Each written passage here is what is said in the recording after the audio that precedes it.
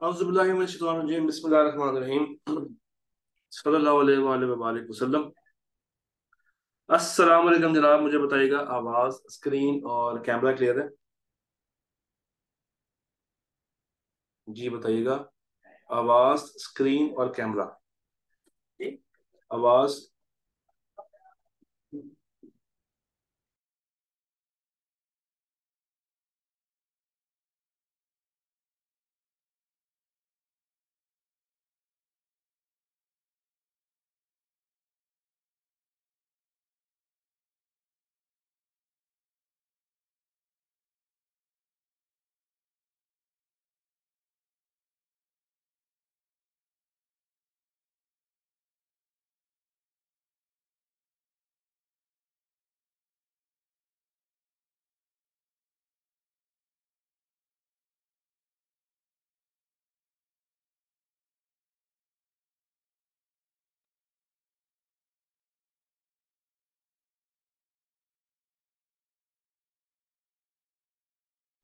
जी तो कल फिर आप लोगों ने क्या सीखा, क्या पढ़ा कल? कल कुछ समझ आया, कुछ बातें अंडरस्टैंड की? कल का लेक्चर से क्या सीखा बताइए जरा मुझे। थोड़ा सा रिकैप दीजिएगा मुझे। सहरा, अपना माइक अनम्यूट करें और मुझे बताएं कि आपने कल के लेक्चर से क्या क्या बातें सीखी, क्या क्या बातें पिक की। सर, कल के लेक्चर में हमने टोटल 6 पॉइंट्स डिस्कस किए थे। ठीक है। Proposal, promise, agreement, contract. और हम्म। उसके बाद एक आपने पिक्टोरियल वे में बताया था, proposal plus acceptance equals to promise. और देन सिक्स जो था पॉइंट वो था प्रॉमिसेस की टाइप्स जो थी, इम्प्लाइड और एक्सप्रेस्ड। इम्प्लाइड और एक्सप्रेस्ड, ठीक है। तो ईमान, मुझे अब आपसे ये पूछना है कि प्रपोजल किसे कहते हैं?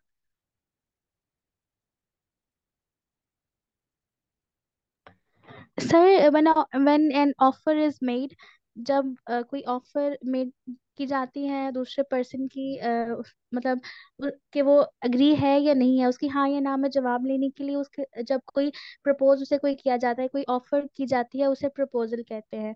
और यहाँ पर कि उसको किसी चीज से रोकने के लिए, जैसे वो चौकीदार वाली एग्जांपल थी कि उसको पैसे देते हैं कि आपने रात भर जागना है और सोना नहीं है, इसलिए अगर उसे दी जाए तो तो किसी काम बेसिकली के करने के लिए या किसी काम से रोकने के लिए। रोकने के लिए, एग्जैक्टली किसी काम को करना या किसी काम को रोकना। This is called an offer. यानी कि आपने किसी को अगर पेमेंट करनी है या किसी को कोई चीज देनी है जिसके बदले आप उससे कोई काम करवाना चाहते हैं या किसी काम से रुकवाना चाहते हैं, this is offer. If you want to purchase this laptop from me, तो आप चल के आओगे मेरे पास, तो आप कौन होगे, ऑफरर या ऑफरी? ऑफरर होंगी सर। ऑफरर। और मैं कौन हूंगा? ऑफरी। मैं आपका ऑफरी होऊंगा। बेहतरीन हो गया। तो ये बताइए कंसिडरेशन क्या होती है? सर, कंसिडरेशन वैल्यू होती है जो किसी भी पार्टी को मुंतकिल हो रही होती है। जैसे कि अगर आप से मैं लैपटॉप परचेज कर रही हूँ, तो मेरी जो वैल्यू है वो लैपटॉप है, और जो आपको मिल रही है उसके बदले में पैसे हैं। तो ये वैल्यू जो बोथ पार्टीज को मिलती है उसे कंसिडरेशन कहते हैं। और कंसिडरेशन के केस में ही प्रॉमिस या सेट ऑफ प्रोमिसेस जो है जिसके अंदर कंसिडरेशन होती है, उसी को अग्रीमेंट भी कहते हैं। ठीक है। हम सेट ऑफ प्रोमिस से क्या मुराद है, मिशाल? सेट ऑफ प्रॉमिस से क्या मुराद है? सर, जब भी कोई ऑफर होती है तो सिर्फ एक एक पार्टी की तरफ से प्रॉमिस नहीं होता, दोनों पार्टीज की तरफ से प्रॉमिस होता है। तो दैट इज बेहतरीन। Called set of promise. बेहतरीन हो गया। इसी मिसाल में चलते हैं। ईमान ने एक प्रॉमिस किया है कि वो मेरे से लैपटॉप परचेज करेंगी जिसके बदले वो मुझे 45,000 रुपीज देंगी। ये एक प्रॉमिस है। और मैंने भी ईमान से एक वादा किया है कि मैं उनको ये लैपटॉप बेचूंगा 45,000 रुपीज का। तो ये एक प्रॉमिस नहीं हुआ, ये दो वादे हुए हैं। एक काम मैंने पूरा करना है, एक काम उन्होंने पूरा करना है। उन्होंने अपनी परफॉर्मेंस देनी है, मैंने अपनी परफॉर्मेंस एग्जीक्यूट करनी है। और अगर हम दोनों में से कोई बैकआउट करेगा, कोई ब्रीच करेगा, तो फिर वो अदालत में जाके क्लेम कर सकता है डैमेजेस। मगर अदालत क्या चीज मांगती है? Sir, legal enforceability. Legal enforceability मांगती है, बाउंडनेस मांगती है। चलो ये बताइए, every agreement is a contract, क्या ये बात सही है? No sir. हर एग्रीमेंट कॉन्ट्रैक्ट नहीं होता, but every contract in itself is an is an agreement. Is an agreement. मुझे इम्प्लाइड एक्सेप्टेंस की एक मिसाल चाहिए आपसे।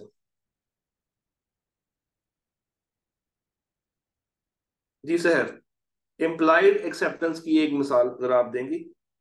सर अगर एक्सेप्टेंस जो है वो एक्शन के थ्रू, किसी इशारे के थ्रू की जाए तो उसे इम्प्लाइड एक्सेप्टेंस कहा जाता है, विदाउट एनी स्पोकन और रिटन कम्युनिकेशन। बट ठीक है, तो कोई एग्जांपल, ही तो आपने डिफाइन कर दिया ना, मुझे आपसे एग्जांपल चाहिए थी।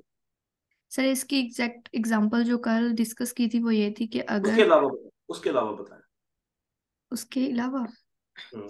शू पॉलिशर, अगर फॉर हम्म। एग्जांपल रास्ते में चलते हुए हम्म। कोई सा भी जो शू पॉलिशर है वो ऑटोमेटिकली आपको पूछे बगैर खुद ब खुद शू पॉलिश करना स्टार्ट कर दे, ठीक हो तो गया। आप उसे वो करने की इजाजत दे दें, मीन्स आप करते रहने दें, आप रोके ना, तो वो फिर आपकी इम्प्लाइड एक्सेप्टेंस है। इम्प्लाइड एक्सेप्टेंस होगी, ठीक है। अच्छा, लेट सपोज आप जाते हो सुपरमार्केट, या आप जाते हो ये जो इतवार बाजार लगता है, कभी गए हो इतवार बाजार? जी सर।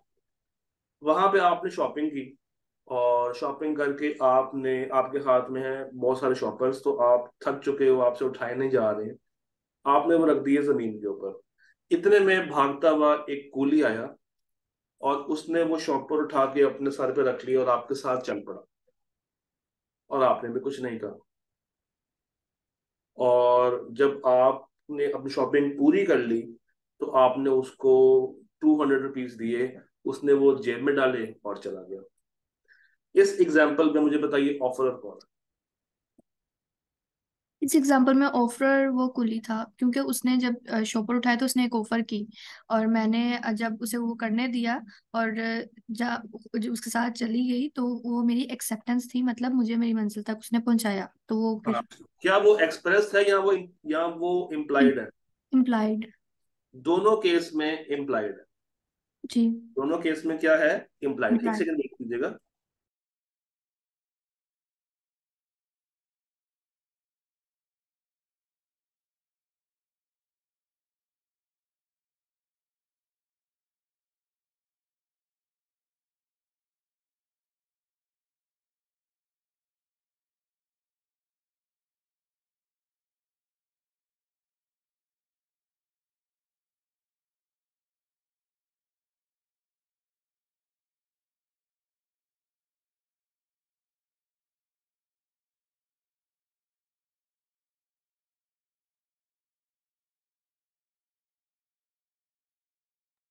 जी, हमसे हमारा कैमरा कुछ टाइम के लिए छीन लिया गया है। असल में एक और जगह पे उसकी जरूरत पड़ गई थी, तो अभी फिलहाल हम लोग विदाउट वीडियो चल रहे हैं, विदाउट कैमरा चल रहे हैं, तो उस पर किसी को कोई मसला तो नहीं?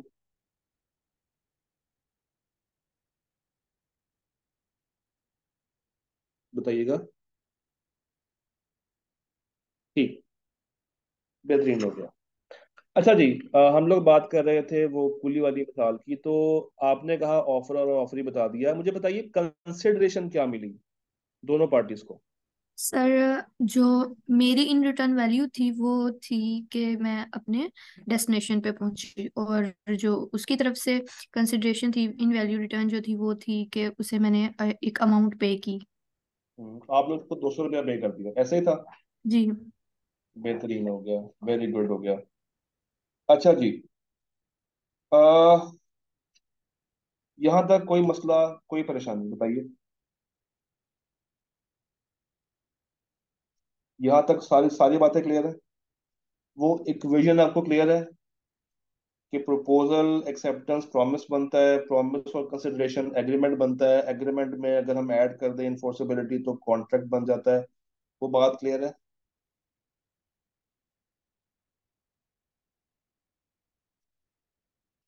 ठीक है।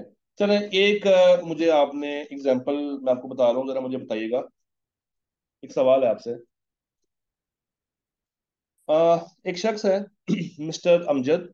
वो मस्जिद में नमाज अदा कर रहे हैं, और नमाज के बाद मौलवी साहब ने कहा कि आजकल के लोग जो हैं वो काफ़ी ज़्यादा शाह खर्च हो गए हैं। मतलब मौलवी साहब ने कुछ इस्लामिक बैकग्राउंड उनके सामने रखे, जिसको सुन के अमजद भाई जो हैं वो काफ़ी ज़्यादा इमोशनल हो गए, और उन्होंने वादा कर लिया कि वो इस मस्जिद को 5 लाख रुपए देंगे, और वो ये वादा करके बाहर आ गए। रात को उनको याद आया कि उनकी जेब में तो 10 रुपए भी नहीं है, और उन्होंने वादा कर लिया 5 लाख रुपए का। तो मुझे बताइए, क्या ये वादा अगर वो पूरा नहीं करते तो क्या ये इन्फोर्सेबल माना जाएगा या नहीं माना जाएगा? नहीं माना जाएगा सर, क्योंकि कोई भी इसमें लीगल इन्फोर्सेबिलिटी नहीं है, क्योंकि उन्होंने जुबानी कलामी जो भी बात की है वो की है, पेपर पे कुछ भी नहीं है। बेहतरीन हो गया। और अगर आपने अपनी किताब देखी हो तो आपकी किताब में एक लाइन लिखी हुई है कि कोई सोशल, मोरल और रिलीजियस ऑब्लिगेशंस कभी भी इस तरह से कॉन्ट्रैक्ट की शक्ल इख्तियार नहीं करती। क्यों? क्योंकि उनमें कभी भी intention to create a legal relationship नहीं होता।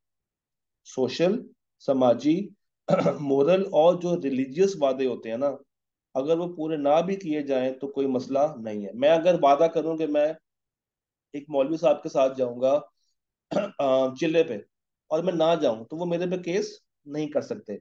मैं अगर वादा करूं कि मैं जनाब इस मस्जिद की तामीर में 10 लाख रुपया दूंगा, और अगर मैं ना दे पाऊं, तो मेरे ऊपर मैं कोई बाउंडनेस मेरे पे नहीं आई है। क्यों? क्योंकि कोई लीगल ऑब्लिगेशन, कोई लीगल इन्फोर्सेबिलिटी वाला कॉन्सेप्ट यहाँ पे नहीं था।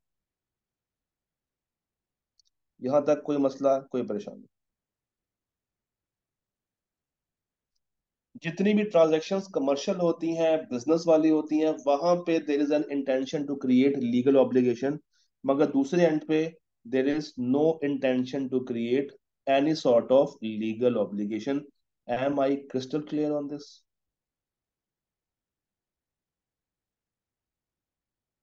सर जो कल आपने बताया था कि कार का शीशा साफ, वो भी तो एक सोशल था। देखें, वो सोशल था, मगर उसमें कमर्शियल सेंस भी थी। वो उस लड़के का पेशा है, वो उसका बिजनेस है। वो काम क्या कर रहा है? गाड़ियां साफ करना, शीशे साफ करना। वो पैसे कमा कहाँ से रहा है? उसी एक काम से। तो अपने अंदर तो वो एक बिजनेस कर रहा है ना, जिसमें वो अपनी सर्विसेज सेल आउट कर रहा है। बात क्लियर हुई? जी क्लियर सर। तो वो उसका बिजनेस है, वो उसका क्या है? बिजनेस। बिजनेस। ठीक है, ठीक। तो अब आगे चलते हैं। आज हम लोगों ने बात करनी है ऑफर की, और ऑफर से मुतालिक बहुत सारी और बातें हैं जो कि हम लोग आज कवर करेंगे। तो सर स्टार्ट करते हैं। कल वाली बातें आपको क्लियर है? Let's start the magic.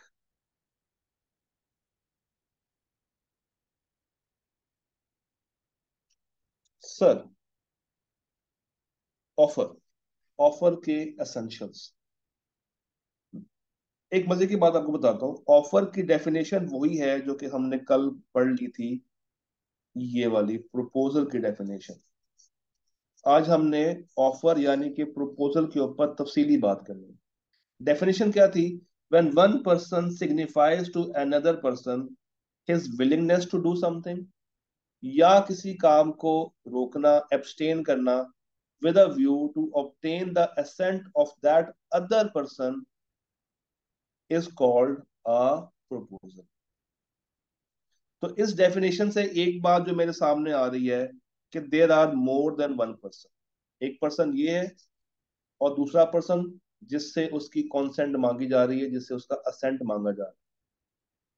और offer can be to do something और नॉट टू डू समथिंग। ये दो बातें तो मुझे यहां से साफ साफ नजर आ रही हैं। और प्रपोजल का दूसरा नाम क्या होता है प्यारे बच्चों? ऑफर। क्या ये डेफिनेशन हमें क्लियर है? क्या इसके ऊपर हमें मजीद बात करने की जरूरत है?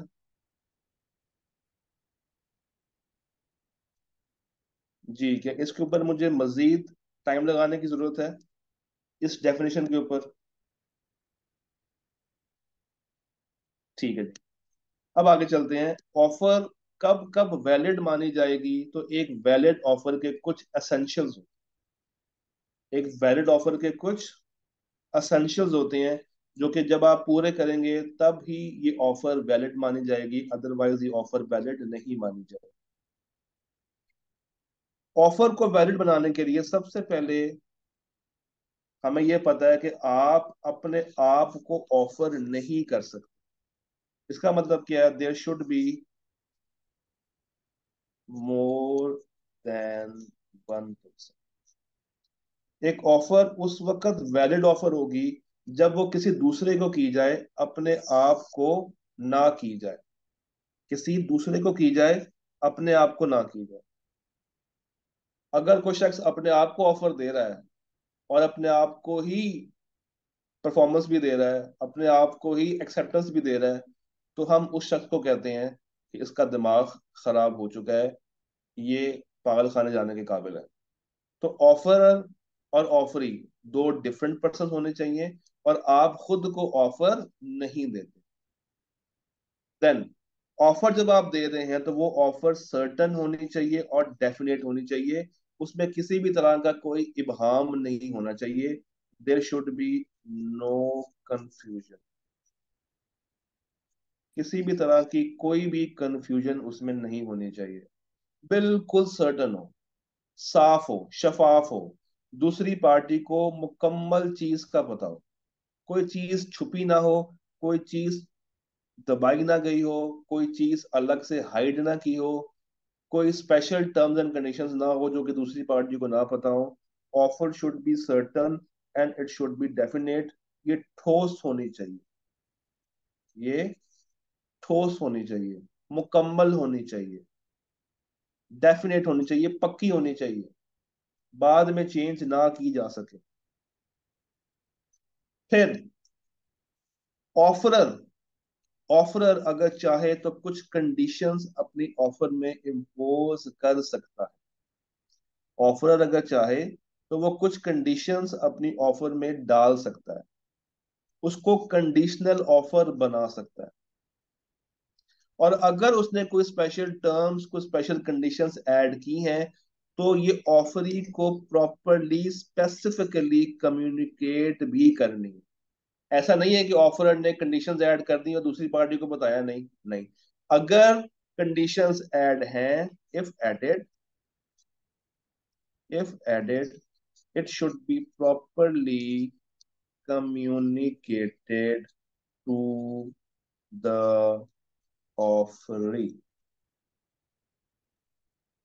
तो एक वैलिड ऑफर के लिए अभी तक हम लोगों ने तीन बातें देखी हैं कि आप अपने आप को ऑफर नहीं कर सकते।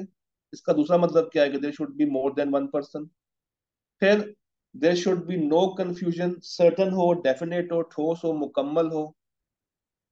और कंडीशनल, कंडीशनल कि अगर ऑफरर ने कोई कंडीशन ऐड की है तो वो कंडीशन स्पेसिफिकली कम्युनिकेट होनी चाहिए टू ऑफर।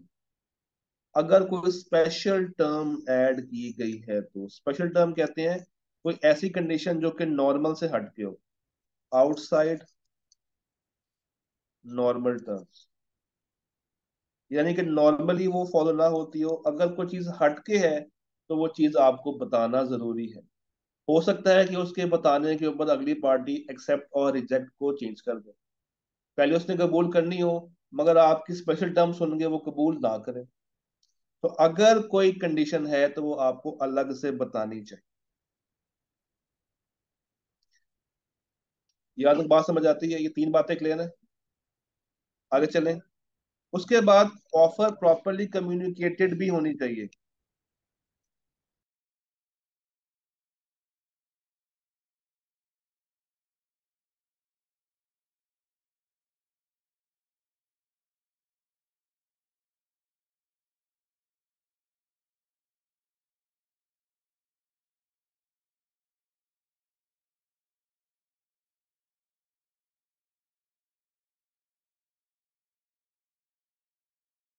अच्छा जी, ऑफर प्रॉपरली कम्युनिकेटेड होनी चाहिए। अगर मुझे किसी को ऑफर करनी है तो मुझे जरा ये बताइए, अगर मैं खुद से बात करूं या ऊंचा ना बोलूं या दबे दबे अल्फाज में विस्परिंग करूं, तो क्या दूसरी पार्टी तक आवाज जाएगी? क्या दूसरी पार्टी तक आवाज जाएगी अगर मैं दबा दबा बोल रहा हूँ, विस्पर कर रहा हूँ, सही से नहीं बोल रहा हूँ, मेरी आवाज डिस्टॉर्ट कर रही है, तो क्या दूसरी पार्टी तक वो ऑफर मेरी कम्युनिकेट होगी?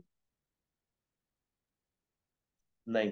तो ऑफर जो पार्टी कर रही है वो ऑफरी तक प्रॉपर कम्युनिकेशन चैनल के थ्रू गुजरनी चाहिए। ऑफर उस वक्त कंप्लीट मानी जाती है जब दूसरी पार्टी की नॉलेज में वो चीज आ जाए। जब दूसरी पार्टी के नॉलेज में वो चीज आएगी तभी मैं कहूंगा कि तुमने ऑफर की है। अब जब ईमान ने मुझे लैपटॉप परचेज करने की ऑफर दी थी, तो जरा गौर करते हैं।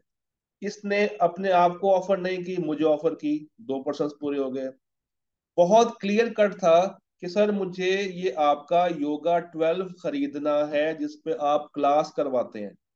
सर्टन है, डेफिनेट है। ईमान ने मुझे ये नहीं कहा कि सर कोई सा भी लैपटॉप, या लेनोवो का कोई भी लैपटॉप, या योगा की कोई भी सीरीज। नहीं, उसने प्रॉपर चीज बताई, स्पेसिफाई किया, उसको सर्टन किया, डेफिनेट किया कि क्या चीज खरीदनी है और कितने की बात हो रही है। फिर अगर कोई कंडीशन वो इम्पोज करना चाहे तो मेरे पे इम्पोज कर देती। फॉर एग्जांपल कि सर ये लैपटॉप जो आप मुझे देंगे, इसके बदले में आपसे पेमेंट, जो मैं आपको पेमेंट दूंगी वो मैं आपको 2 महीने के बाद दूंगी। या सर अगर आप मेरी ऑफर से एग्री करते हैं तो आपने मुझे व्हाट्सएप करना है, ये स्पेशल टर्म। अगर आप मुझे व्हाट्सएप पे जवाब नहीं देंगे तो मैं आपकी ऑफर की कबूलियत को नहीं मानूंगी। तो कंडीशनल कर सकते हैं, और दूसरी पार्टी को फिर उस कंडीशन का एहतराम करना पड़ता है। और ये प्रॉपर कम्युनिकेट उस वक्त होगी जब ऑफरी की नॉलेज में आ जाए, ऑफरी के दिमाग में वो चीज एज इट इज बैठ जाए। ऑफरी के दिमाग में वो चीज एज इट इज बैठ जाए। तो मुझे बताइए, यहां तक बात समझ आती है? यहां तक ये 4 बातें क्लियर हैं? जी, ऑफर के एसेंशियल्स में यहां तक ये 4 बातें क्लियर हैं?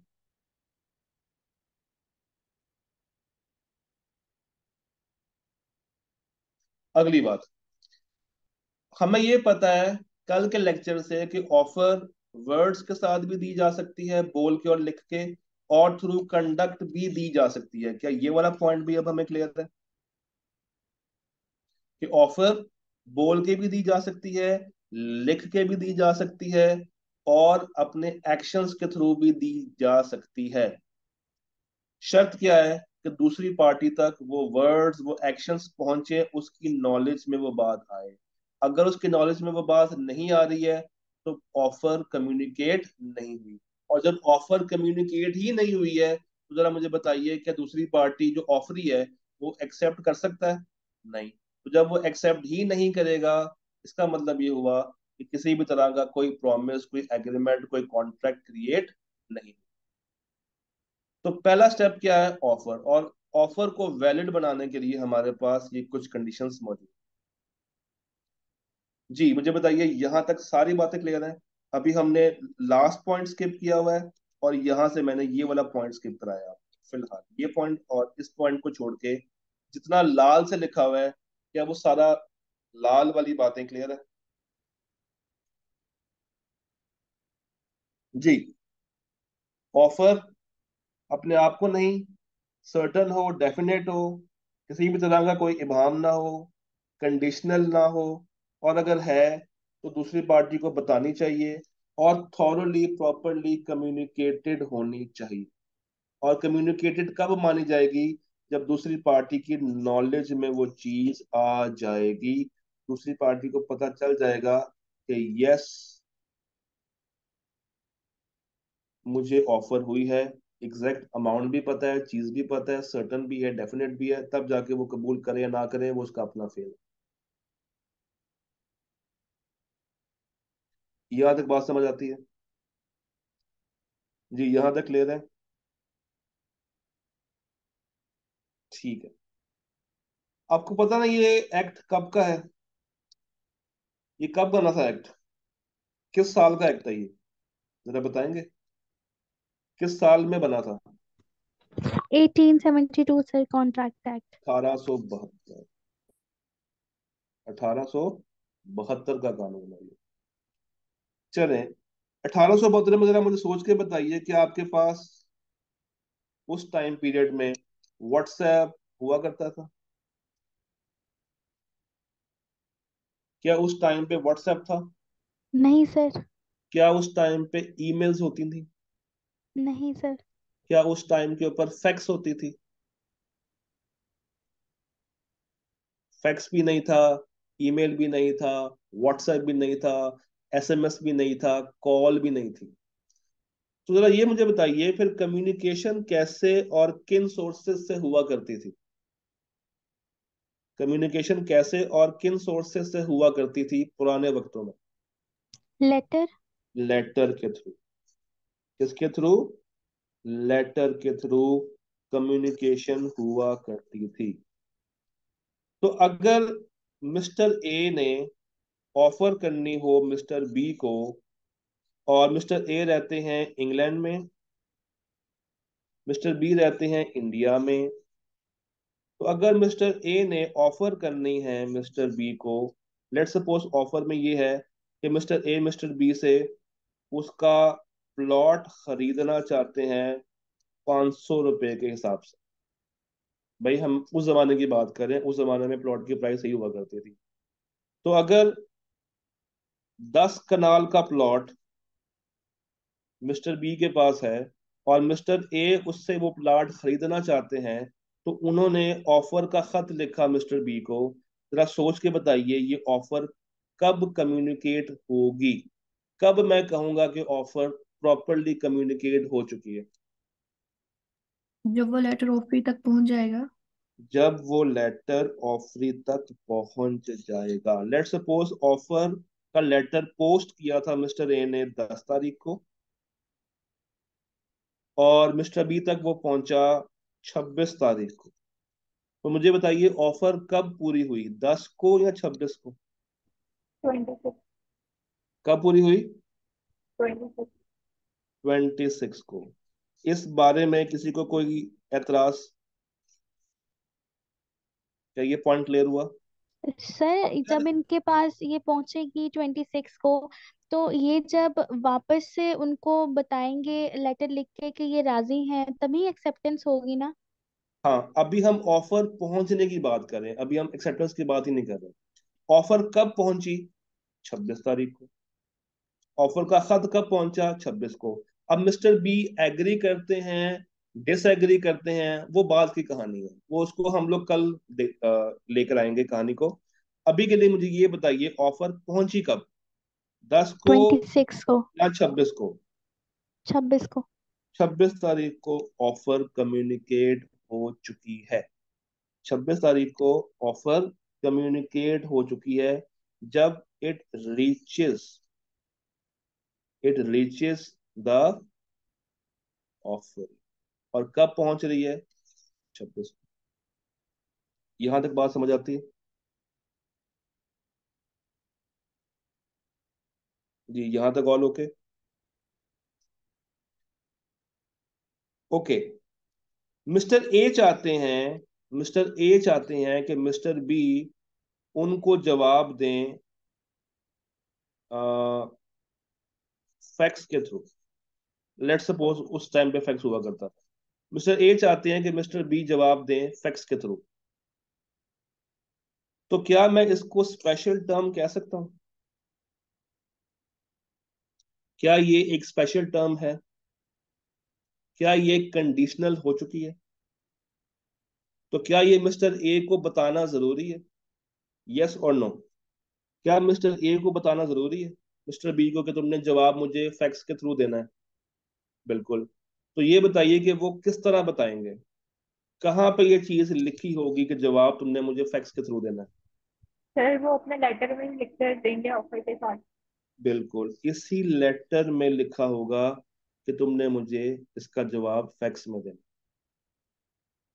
अगर कोई स्पेशल टर्म ऐड हुई है तो वो स्पेशल टर्म, हमने क्या कहा था, कम्युनिकेट होनी चाहिए किसको? ऑफर को। फिर ये जो प्लॉट है 10 कनाल का, इसको मेंशन करना कि ये कौन सा प्लॉट है, कहाँ पे वाक़या है। अगर मिस्टर बी के पास एक से ज्यादा है तो हमें प्रॉपरली मेंशन करना पड़ेगा कि हम किस प्लॉट की बात कर रहे हैं। और अगर प्लॉट ही एक है तो वो ऑटोमेटिकली सर्टन और डेफिनेट बन जाएगा। मगर अगर एक से ज्यादा है तो बताना पड़ेगा कि इस इलाके में इस नंबर वाला ये वाला प्लॉट मैं तुमसे खरीदना चाहता हूँ। Am I clear? जी, एम आई क्लियर?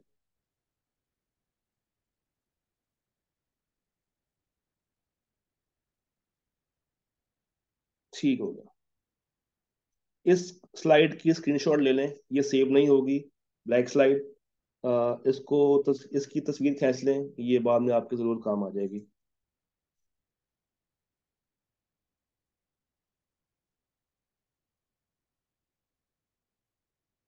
अच्छा जी, मुझे ये बताइए, मुझे ये बताइए कि ऑफर क्या हम सिर्फ एक पार्टी को देते हैं या एक से ज्यादा पार्टीज को भी दी जा सकती है? जी, क्या ऑफर सिर्फ एक पार्टी को दी जाती है या एक से ज्यादा पार्टीज को भी दी जा सकती है ऑफर? सर एक से ज्यादा को भी दी जा सकती है। बिल्कुल। तो ऑफर की कुछ टाइप्स होती हैं, ये अब आपके वैसे कोर्स का पार्ट नहीं है मगर फॉर नॉलेज लिख लें। ऑफर की दो टाइप्स थी, एक जनरल ऑफर, एक स्पेसिफिक ऑफर। जनरल ऑफर कहते हैं ऐसी ऑफर को जिसमें हम आम आवाम को, पब्लिक को ऑफर कर रहे हो एट अ टाइम, एक से ज्यादा बंदों को सेम ऑफर कर रहे हो। जो उसमें से कबूल कर लेगा उसके साथ प्रॉमिस हो जाएगा, एग्रीमेंट हो जाएगा, कॉन्ट्रैक्ट हो जाएगा। मगर स्पेसिफिक ऑफर क्या होती है? जो सिर्फ रेलेवेंट बंदे को की जाए, जो कि आम आवाम के लिए ना हो। तो ये दो टाइप्स लिख लें, जनरल ऑफर और specific offer. Am I clear on this? जी, am I clear on this?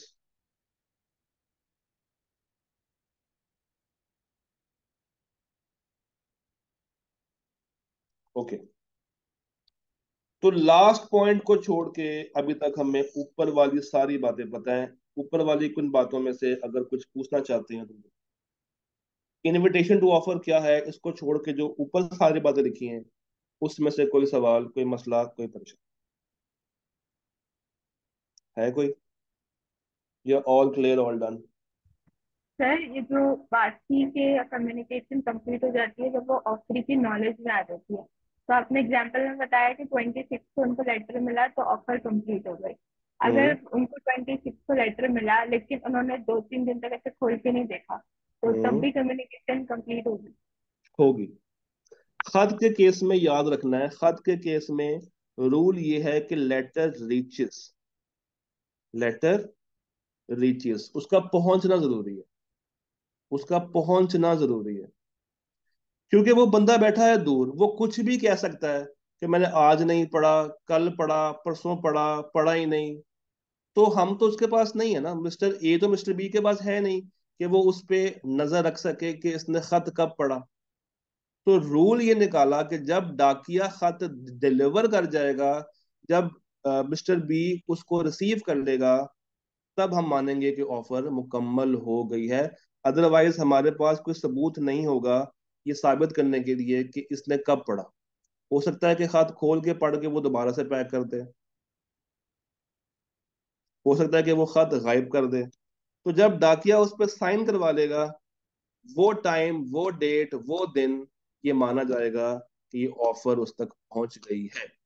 तो खत के लिए रूल क्या है? रीचेस। और नॉर्मल, आजकल जब आप हम लोग कॉल करते हैं तो जब उसकी नॉलेज में आ जाए, तो नॉलेज में कब आता है?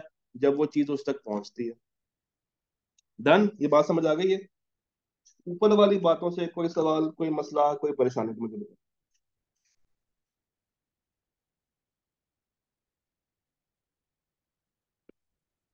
ठीक है। अब एक नया कॉन्सेप्ट है, इनविटेशन टू ऑफर। कॉन्सेप्ट क्या है?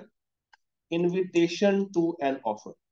ये क्या है और ये इसका क्या मतलब है और ये कैसे डिफरेंट है ऑफर से, जरा सुनिएगा। इसके लिए मैं अगेन एक ब्लैक स्लाइड का यूज कर रहा हूँ, ताकि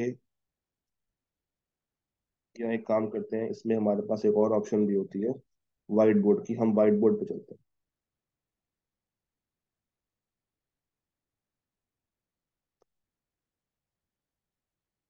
हम्म, कहाँ गया इसका व्हाइट बोर्ड?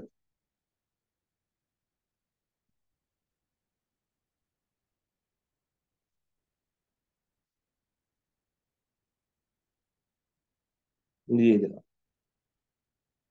आपकी स्क्रीन पे व्हाइट बोर्ड शो हो रहा है?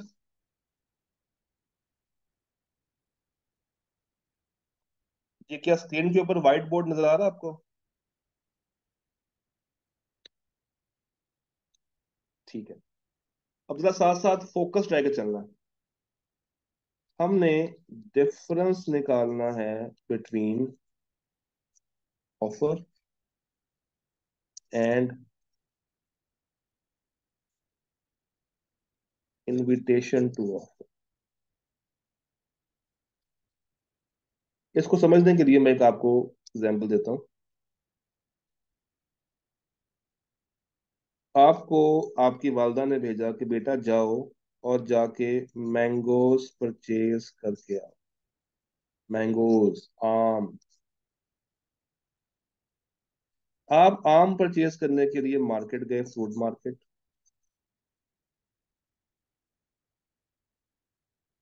वहां पे एक भाई साहब आम सजाए एक रेड़ी पे बैठे। उन्होंने आम सजाए हैं और वो रेड़ी के ऊपर बैठे हैं, आम बेच रहे हैं।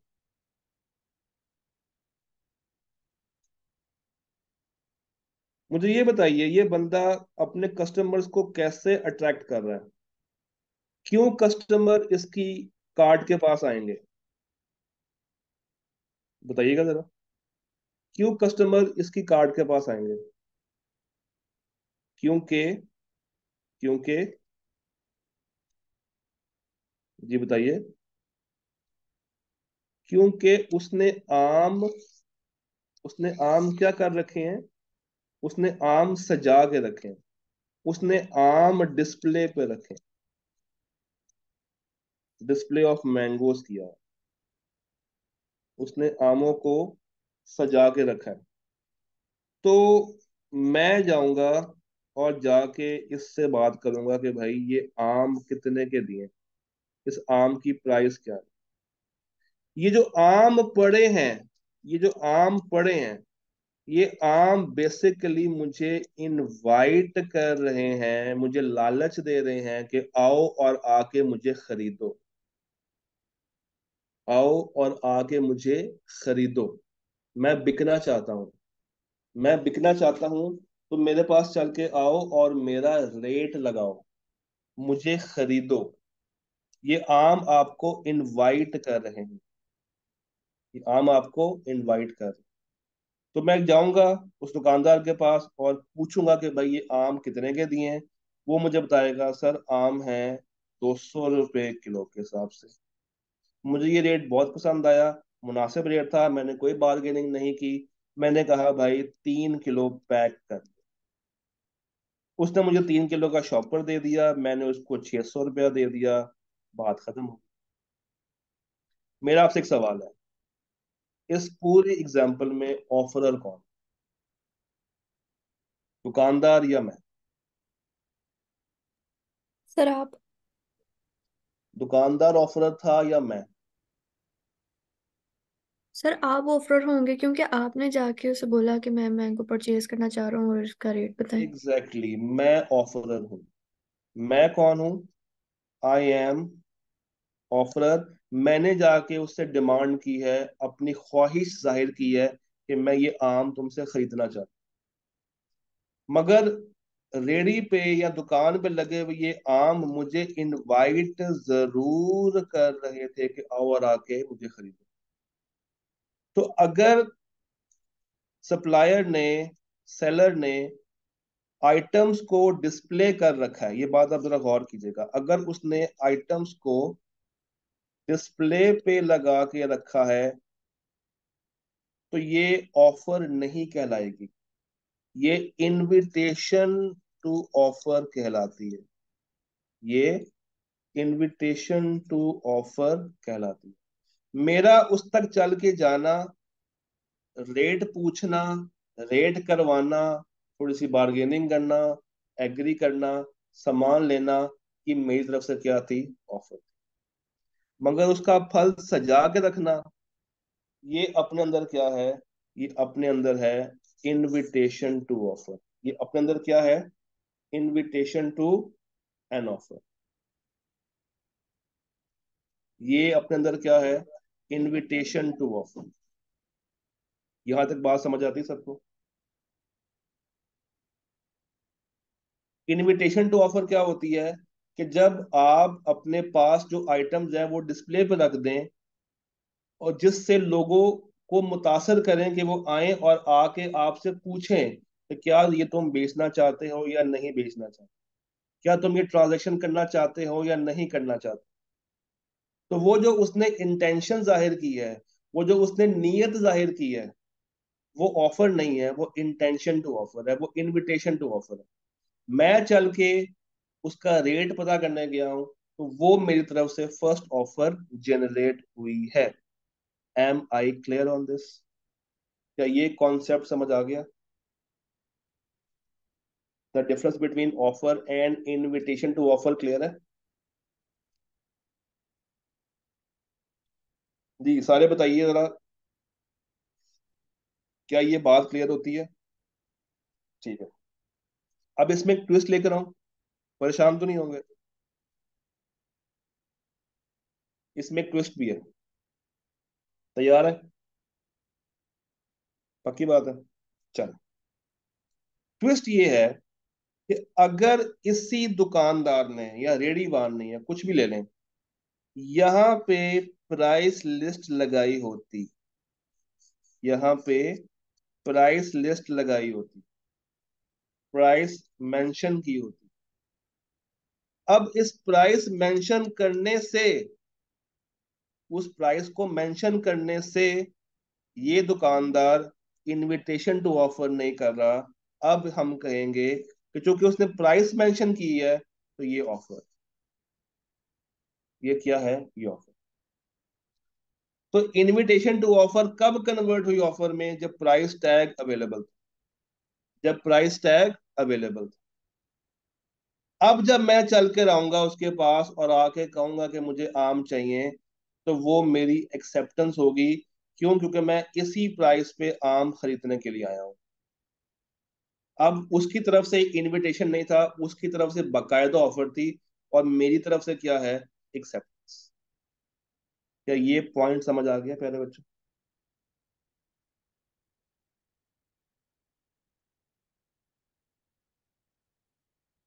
भाई आप जाते हैं मॉल में, और मॉल में उन्होंने टी शर्ट्स लगा के रखी हैं। आपको एक टी शर्ट पसंद आती है, आप उस टी शर्ट की प्राइस पूछने के लिए काउंटर पे जाते हैं। ये टी शर्ट्स को सजा के रखना इनविटेशन टू ऑफर है। आपने जाके प्राइस पूछी, इट मींस कि आप उस इनविटेशन को ऑफर में कन्वर्ट कर रहे हैं। उन्होंने आपको प्राइस बताई, इसका मतलब यह है कि वो ये चीज बेचने पे एग्री हैं। आपने वो चीज खरीद ली, एग्रीमेंट हो गया। आपने वो चीज खरीद ली तो एग्रीमेंट हो गया। जी सर, कुछ सवाल है आपका? सर जिस तरह बिलबोर्ड्स पे प्राइसेस लगी होती है, डिस्काउंटेड प्राइसेस, हाँ एक जी। साइड पे जस्ट लिखा होता है, फॉर एग्जांपल कुछ बिलबोर्ड्स पे होता है कि 40% ऑफ, और हाँ कुछ अभी पे मैं इस होता पे है। आ रहा हूँ, मैं इसी पॉइंट पे आ रहा हूँ, ये मेरा दूसरा स्टेप है। ओके। मुझे बताइए, अगर ये प्राइस मेंशन हो और ये फिक्स प्राइस मेंशन हो, तो कोई मसला है? ये प्राइस फिक्स है, ये फिक्स प्राइस पे है। अगर ये प्राइस फिक्स रखी है, इसमें किसी भी तरह का कोई बार्गेन नहीं है, कोई डिस्काउंट नहीं है, तो ये ऑफर कहलाएगी। और अगर ये प्राइस फिक्स नहीं है, हमने ये लिखा है कि डिस्काउंट्स अवेलेबल, और डिस्काउंट्स कितनी है ये भी नहीं पता, बस ये लिख दिया है कि discounts available on some items, कोई चीज प्रॉपरली मेंशन नहीं की है, तो ये कहलाएगी इनविटेशन टू ऑफर। ये तब क्या कहलाएगी? Invitation to offer. अगली बात सुन लें, अगर डिस्काउंट अवेलेबल है और वो भी फिक्स्ड है, यानी कि लिखा हुआ है 100 रुपया किलो, 40% डिस्काउंट।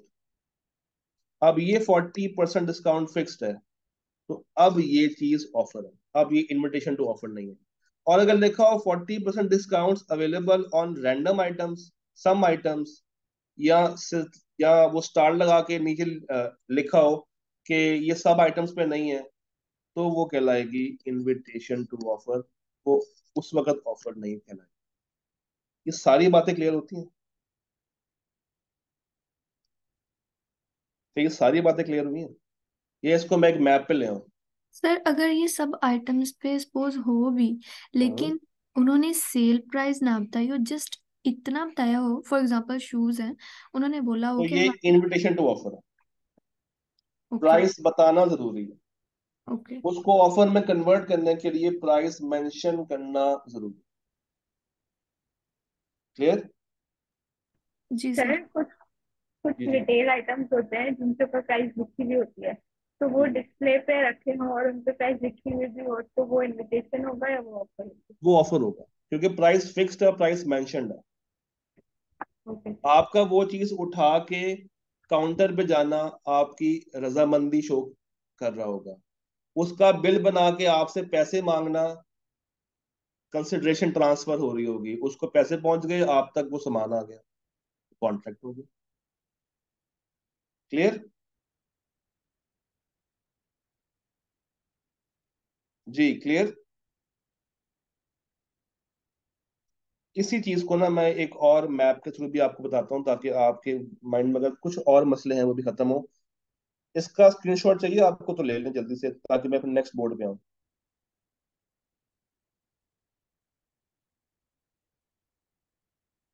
चलूँ आगे? ओके।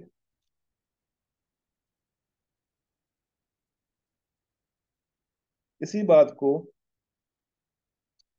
डिस्कस करते हैं एक और पॉइंट के साथ।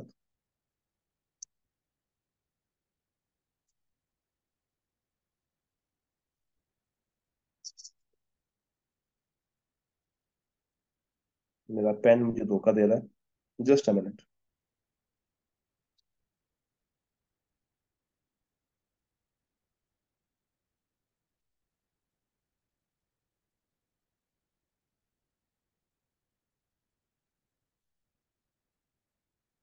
जी, इसी चीज को मैप की फॉर्म में लेकर आता हूँ, ताकि कोई भी मसला हो तो वो आप उस मैप के थ्रू पकड़ के उसको रिजॉल्व।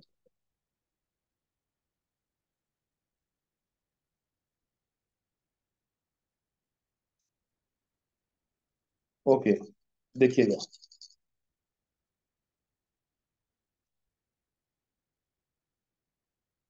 हमने कहा स्टेप वन क्या है? प्राइस अवेलेबल,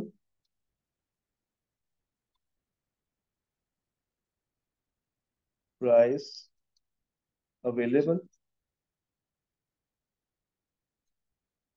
यस और नो। प्राइस अवेलेबल है, यस। प्राइस अवेलेबल नहीं है।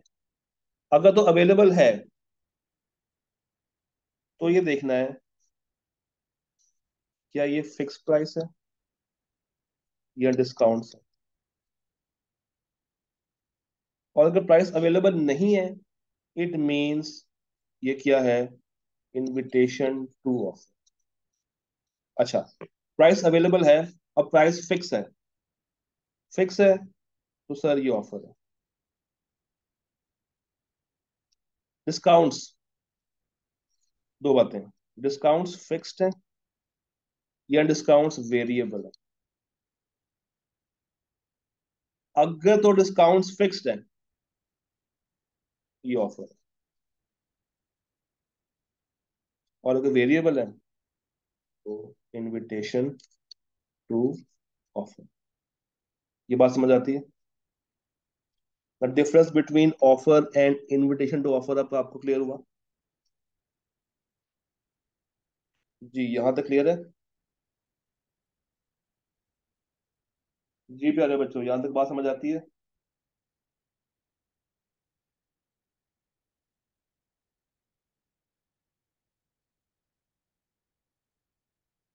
जी, यहाँ तक ऑल क्लियर? ओके।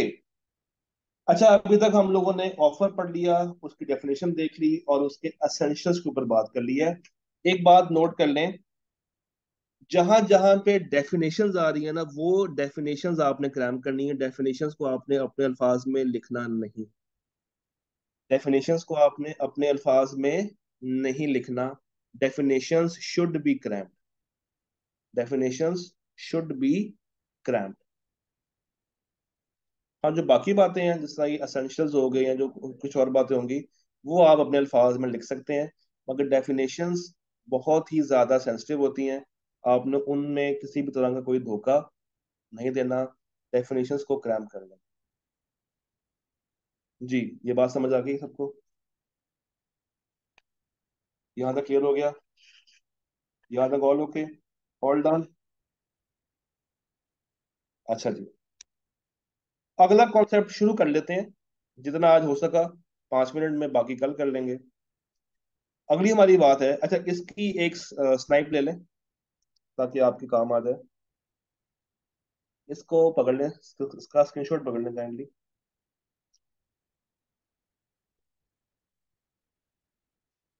अच्छा,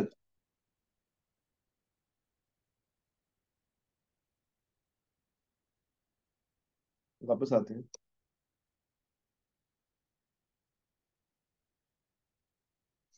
next is lapse of an offer. Offer कब कब लैप्स होती है? ऑफर कब कब लैप्स होती है? लैप्स कहते हैं ऑफर का खत्म होना। ऑफर का खत्म होना। ऑफर को रिवोक कब कब किया जा सकता है? ऑफर की रेवोकेशन। ऑफर की रेवोकेशन, कब कब एक ऑफर रिवोक की जा सकती है, कब कब एक ऑफर खत्म की जा सकती है, कैसे कैसे एक ऑफर खत्म होती है। भाई मुझे ये बताइए, ऑफर हुई, मैंने कबूल नहीं की, क्या वो ऑफर जिंदा रहेगी या खत्म हो जाएगी? मेरे तक एक ऑफर पहुंचती है और मैं उसको कबूल नहीं करता, तो जब मैंने वो ऑफर कबूल नहीं की, तो क्या अब वो ऑफर जिंदा है? क्या अब वो ऑफर जिंदा है? बताइए। No sir. वो ऑफर खत्म हो गई है। भाई ईमान ने कहा, सर मैं आपसे आपका लैपटॉप परचेज करना चाहती हूँ। मैंने कहा, बेटा मैं ये लैपटॉप आपको नहीं बेचना चाहता। मेरे इनकार से वो ऑफर खत्म हो गई। मेरे इनकार से वो ऑफर खत्म हो चुकी है। तो क्या मैं ये कह सकता हूँ कि ऑफर लैप्स कर गई है, ऑफर रिवोक हो गई है, ऑफर खत्म हो गई है? तो अगर नॉन एक्सेप्टेंस हो या एक्सप्रेसली रिजेक्ट कर दिया गया हो उस बात को, इट मींस कि ऑफर मेरी कबूल नहीं हुई। वो ऑफर जो एग्जिस्टिंग ऑफर थी, जो स्टैंडिंग ऑफर थी, वो अब खत्म हो चुकी है। वो अब लैप्स हो चुकी है। वो अब लैप्स हो चुकी है। तो अगर एक्सप्रेस रिजेक्शन हो जाए या एक्सेप्ट ना किया जाए, इट मींस कि ऑफर, एग्जिस्टिंग ऑफर मौके पे खत्म हो। अगली बात, अगर मैं उस ऑफर को एक्सेप्ट कर लूं, तो वो क्या बन जाएगा? ऑफर प्लस एक्सेप्टेंस क्या होता है प्यारे बच्चों? Offer promise. जमा एक्सेप्टेंस क्या होता है? प्रॉमिस। अच्छा, अगर मैंने वो ऑफर कबूल कर ली, तो ये ऑफर कन्वर्ट होके क्या बन गई? प्रॉमिस। तो क्या अब ये ऑफर जिंदा है? क्या अभी भी ये ऑफर जिंदा है? जी सर। जिंदा है? नहीं, खत्म हो गई है। ये अब चेंज होके प्रॉमिस में कन्वर्ट हो गई है। ऑफर पहले आई थी, मैंने कबूल कर लिया। अब एक वादा मैंने पूरा करना है, एक वादा उन्होंने पूरा करना है, तो अब ये क्या है? ये प्रॉमिस है। तो एग्जिस्टिंग ऑफर खत्म हो गई है, ऑफर लैप्स हो गई। तो ऑफर लैप्स एक्सेप्टेंस करके भी की जा सकती है और रिजेक्ट करके भी की जा सकती है। क्या ये 6 पॉइंट और 7 पॉइंट क्लियर हुआ आपको? ये आखिरी 2 पॉइंट्स क्लियर होते हैं आपको? An offer once accepted becomes a contract, और बाद में आप उसको रिवोक नहीं कर सकते, और नॉन एक्सेप्टेंस से ये ऑटोमेटिकली रिवोक हो जाए। Am I clear? ठीक है, आज की हमारी बिल्कुल आखिरी बात। कभी आप लोगों ने रिक्शे पे सफर किया है? कभी रिक्शे पे सफर किया हो? चले, मुझे ये बताइए, आप रिक्शे वाले के पास जाते हैं और उसको जाके कहते हैं कि मुझे लिबर्टी मार्केट जाना है। रिक्शे वाला कहता है कि जनाब मैं लिबर्टी मार्केट जाने के 500 रुपये लूंगा। सिर्फ इतनी मिसाल में बताइए, ऑफरर कौन है, ऑफरी कौन है?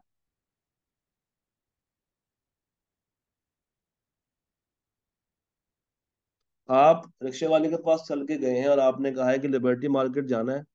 उसने कहा जी चला जाऊंगा, 500 रुपया लूंगा। तो मुझे बताइए ऑफरर कौन है इस केस सर में? रिक्शे हम हैं वाला या ऑफर, आप लोग हैं ऑफरर, और ऑफरी कौन है?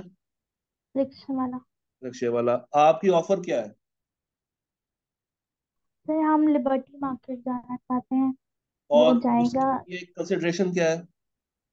500 रुपये। 500 रुपया। तो आपने कहा आप ऑफरर हैं और वो ऑफरी है, ठीक है। आपने कहा कि मैं तुम्हें 500 रुपया दूंगी, थोड़ी सी मिसाल को चेंज करते हैं, आपने कहा कि मैं तुम्हें 500 रुपया दूंगी, लिबर्टी मार्केट ले चलो। उसने कहा मैडम 500 रुपया तो बहुत कम है, 700 रुपया लूंगा। 500 रुपया बहुत कम है, 700 रुपया लूंगा। अब मुझे बताइए इस 700 रुपये के ऊपर एक्सेप्टेंस आपने देनी है या उसने देनी है? सर हमने हमने दे दिया। तो क्या मैं ये कह सकता हूं कि जब उसने 500 को चेंज करके 700 किया तो पार्टीज चेंज हो गई हैं, स्वैप हो गई हैं? जी सर। अब 700 की ऑफर कौन करा रहा है? सर रिक्शा वाला। नक्शे वाला। और अब आपके कोर्ट में बॉल है कि क्या आप उस 700 की ऑफर को कबूल करते हैं या नहीं करते। आपने कहा नहीं नहीं 700 बहुत ज्यादा है, 600 रुपया कर लो। तो अब मुझे बताइए ये 600 रुपये वाली बात के ऊपर ऑफरर कौन है सर हम, और ऑफरी कौन है? रिक्शा वाला। तो इस सारी कहानी में जो ओरिजिनल 500 रुपये की ऑफर थी, क्या वो अब मौजूद है या खत्म हो चुकी है? खत्म हो चुके हैं सर। खत्म हो गई है। अच्छा, जब 500 को 700 में कन्वर्ट किया गया तो 500 वाली ऑफर खत्म हो गई। जब 700 को 600 में कन्वर्ट किया गया तो क्या 600 वाली क्या 700 वाली ऑफर बरकरार है? नहीं सर, वो भी खत्म हो चुके वो हैं। भी खत्म हो गई है। तो इस कॉन्सेप्ट को कहते हैं काउंटर। क्या कहते हैं उसको? Counter. Counter offer. Counter offer. Counter offer. Counter offer से क्या होता है, ओरिजिनल ऑफर खत्म हो जाती है, ओरिजिनल ऑफर लैप्स कर जाती है। और ये कब आती है? In response to the first offer. देखे ना, या वो एक्सेप्ट करेगा या रिजेक्ट करेगा या बारगेन करेगा। तो बेसिकली काउंटर ऑफर क्या है, हम इसको बारगेनिंग भी कह सकते हैं। हम इसको बारगेनिंग भी कह सकते हैं कि यहाँ पे अब सौदेबाजी होना शुरू हो गई। सौदेबाजी हो रही है प्राइस के ऊपर। Am I clear? जी, एम आई क्लियर? सौदेबाजी शुरू हो गई है प्राइस की। आखिरी बात, बिल्कुल आखिरी बात, अगर कोई कंडीशन साथ अटैच की होती ऑफरर ने और वो कंडीशन फुलफिल ना हो, तो क्या एग्जिस्टिंग ऑफर मौजूद रहेगी? वो भी खत्म हो जाएगी। बात क्या की थी कि अगर कोई कंडीशन है तो दूसरी पार्टी को उस कंडीशन का एहतराम करना पड़ेगा। डन। तो हमने ये आखिरी के कुछ एलिमेंट्स को देखा है लैब्स के अंदर, और इससे पीछे essentials of a valid offer के अंदर हमने बातों को डिस्कस किया। याद रखिएगा एसेंशियल्स के अंदर सारे के सारे एसेंशियल्स मीट होना जरूरी। सारे के सारे एसेंशियल्स मीट होना जरूरी, पूरे होना जरूरी है। अगर एक आधा मिस हो रहा है तो वो वैलिड ऑफर नहीं है। डन। जी डन हो गया जी। ऑल ओके हो गया जी। कोई सवाल, कोई मसला, कोई परेशानी?